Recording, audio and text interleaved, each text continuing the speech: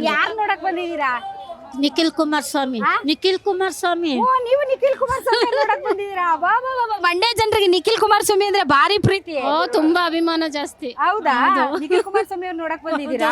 ನೀವು ಮೇಡಮ್ ಅವರೇ? ನಾವು ಅಷ್ಟೇ ನಿಖಿಲ್ ಕುಮಾರಸ್ವಾಮಿ. ನೀವು ಮೇಡಮ್ ಅವರೇ? ನಾವು ಅಷ್ಟೇ. ಯಾರು ನೋಡಕ್ ಕುಮಾರಸ್ವಾಮಿ ಅವ್ರು ನೋಡಕ್ ಬಂದಿದ್ದೀರಾ? ನಿಖಿಲ್ ಕುಮಾರಸ್ವಾಮಿ ಅವ್ರು ನೋಡಕ್ ನಿಖಿಲ್ ಕುಮಾರಸ್ವಾಮಿ ಹಾ? ಇಬ್ರು ನೋಡಕ್ ಬಂದಿದ್ವಿ. ಓ, ಏನ್ ನಡೀತಾ ಐತೆ ಅಂತ ಗೊತ್ತಾ? ಪಾದಯಾತ್ರೆ. ಪಾದಯಾತ್ರೆ ಎದಕ್ ನಡೀತಾ ಐತೆ? ಹಾ? ಮೂಡಾಗರ ಯಾರ್ ಮಾಡಿರೋದು? ಸಿದ್ದರಾಮಯ್ಯ. ಈಗ ಸಿದ್ದರಾಮಯ್ಯ ಅವ್ರು ರಾಜೀನಾಮೆ ಕೊಡ್ಬೇಕಾ? ಹೌದು, ನಿಮ್ಗೆಲ್ಲ 2,000 ರೂಪಾಯಿ ಬರ್ತಾಯ್ತಾ? ಇಲ್ಲ ಬರ್ತಾ ಇಲ್ವಾ? ಬರ್ತಾ ಇತ್ತಾ ಮೇಡಮ್? 2,000 ರೂಪಾಯಿ? 2,000 ರೂಪಾಯಿ ಬಸ್ ಫ್ರೀ ಐತಲ್ವಾ? ಈಗ ಹಾ?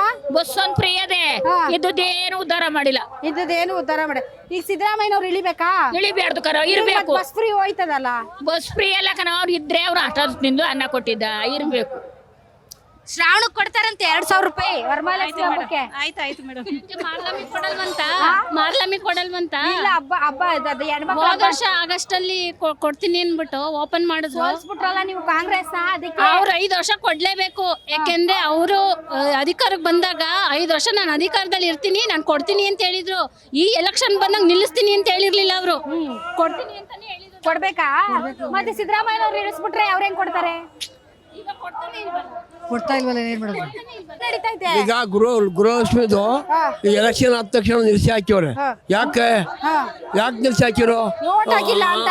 ಏನು ಓಟ್ ಹಾಕಿಲ್ಲ ಅಂತ. ಓಟ್ ಹಾಕಿಲ್ಲ ಬೇರೆ. ಅದಕ್ಕೆ ಅವ್ರು ಏನು ಒಂದು 5 ಎಲ್ಲ ನಾವು ಸೆಕ್ಷನ್ ಮಾಡ್ತೀವಿ ಅಂತ ಹೇಳಿದ್ರಲ್ವಾ? ಈಗ ಏನು ಬೇಡ, ಇಡೀ ಕೆಳಕ್ಕೆ ಅಂತ ಪಾದಯಾತ್ರೆ ಮಾಡ್ತಾವ್ರಲ್ಲ. ಅಲ್ಲ, ಪಾದಯಾತ್ರೆ ಮಾಡ್ತಾವ್ರೆ ಗೊತ್ತಾಯ್ತು. ಆದ್ರೂ ಅವ್ರಿಗೆ ಯಾಕೆ ಕೊಡ್ತೀಯಲ್ಲ ಅದೇಳಿ. ಅವ್ರಿಗೆ ಇದುವರೆಗೆ ಕೊಟ್ಟು ಈಗ ಯಾಕೆ ಕೊಡ್ತೀಯಲ್ಲ? ನಿಲ್ಸಿ ಹಾಕಿರೋ ಯಾಕೆ?